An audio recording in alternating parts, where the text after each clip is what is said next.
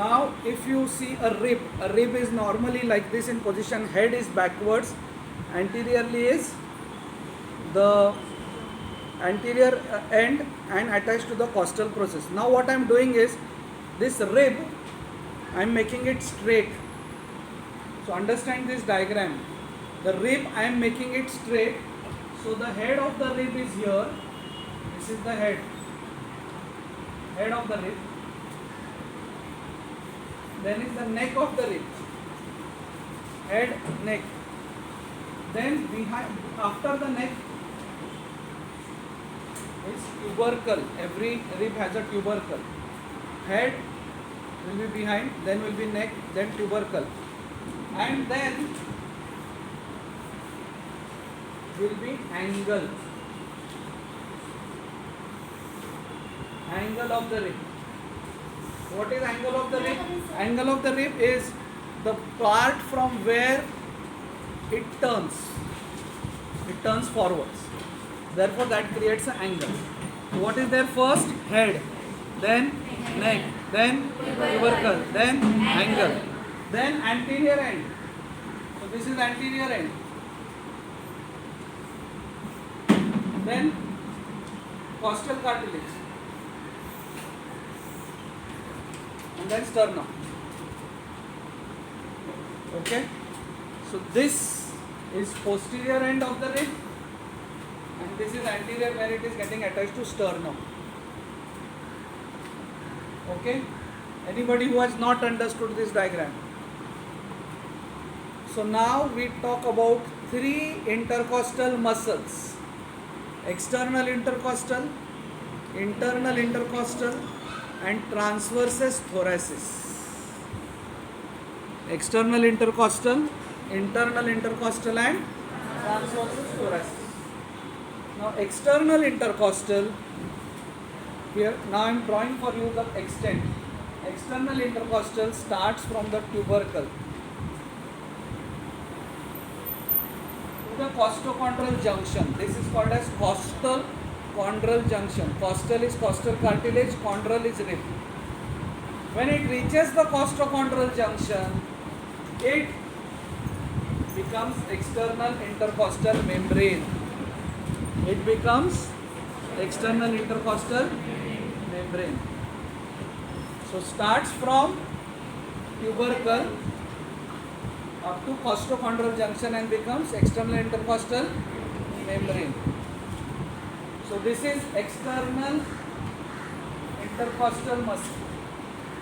Internal intercostal muscle starts from the sternum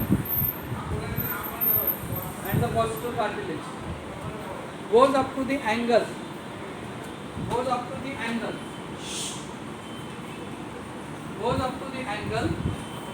and from angle onwards it becomes internal intercostal muscle, internal intercostal membrane. You are getting it?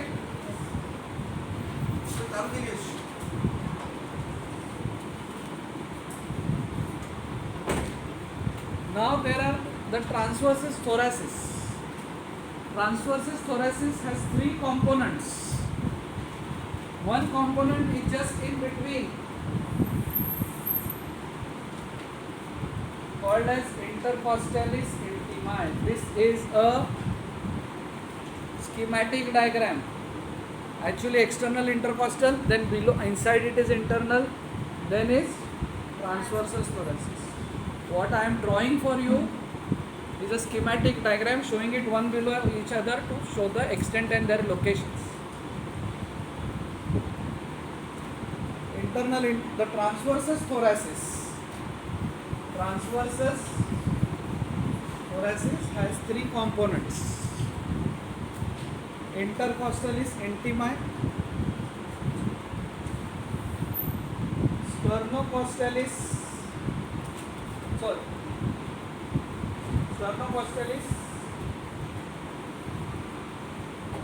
subcostalis. Subcostalis is behind. Intercostalis intimae is between. Sternocostalis is anterior. three components of the innermost muscle. What is the innermost muscle? Transversus thoracis. What are its three components? Intercostalis intimae, in between, anteriorly sternocostales, posteriorly subcostalis. Now the external intercostal muscle, let's talk about its origin.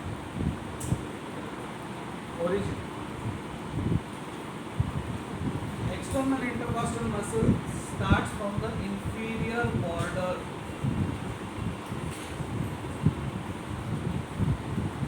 Inferior border of a rib. Starts from inferior border of the rib. Inferior border of the rib is very sharp. When you study the ribs, you will realize superior border is slightly rounded. It has a outer and inner edge, while inferior is sharp. The direction of fibers is like the way we put our hands in the pocket. Okay? It gets inserted from inferior border of the rib. It gets inserted on outer lip of the lower rib.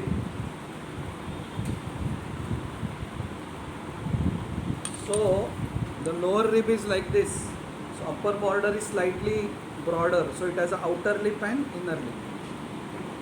While lower border of the rib is sharp. From there only one muscle can take origin. Okay? Now below the lower border, rather above the lower border, there is a groove called as costal groove. So if you look at the rib from the inner surface is quite thick, and suddenly in the lower part of the rib there is a groove called as costal groove, which is meant for the intercostal vessels and nerves.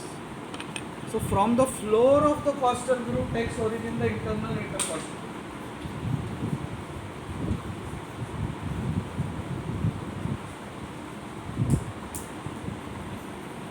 From the floor of the costal groove. Okay? And it will get inserted on the inner lip of the lower rib. Inner lip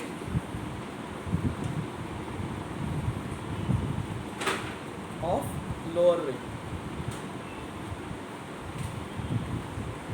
Okay? So external intercostal is from the lower border.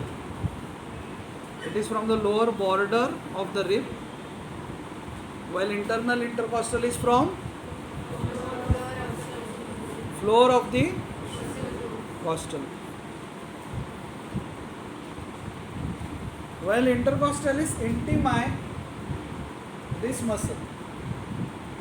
Now this also takes origin almost from the inner surfaces of the ribs. Like in a similar way, the intercostalis intimae, and it gets inserted again on the outer inner lip only. Inner lip on the inner surface. Okay.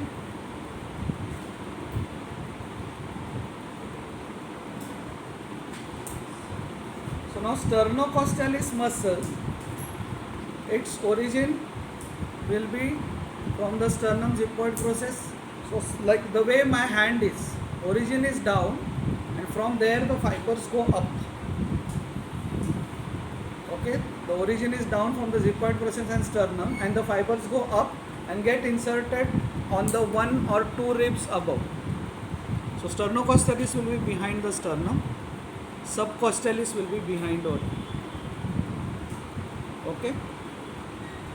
The action of these muscles, the main action is preventing the bulging of the intercostal spaces during inspiration and retraction during inspiration. तो हमारे intercostal spaces stable रहते हैं normal. Why? Because these muscles are there. Otherwise, every time diaphragm goes in, there is negative intrathoracic pressure तो अंदर जाए. Every time we breathe, it prevents that, it keeps it stable, and they help in respiration. Like external intercostal, because it is running like this, So it will elevate the ribs. So help in inspiration. Internal intercostal will help during expiration. Okay. So these are the actions of this muscle. I'll repeat it very fast. We started with the drawing the diagram of the ribs.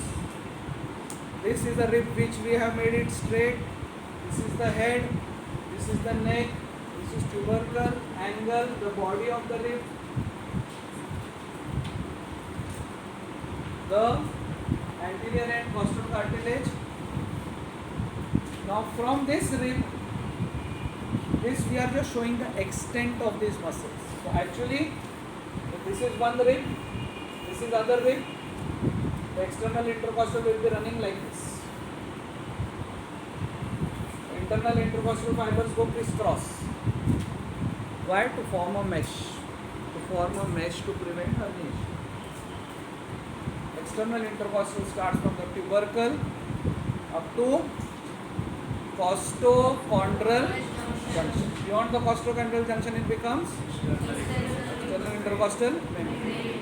Internal intercostal starts from the lateral border of sternum, goes up to the angle. Beyond angle, it becomes a membrane. So external intercostal becomes a membrane anteriorly. Internal intercostal becomes a membrane posteriorly. There is a third muscle called transversus thoracis, which has three components.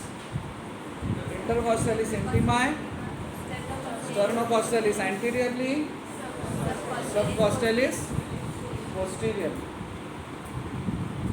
The origin of the external intercostal is from the inferior border of the rib to the outer lip of the lower lip.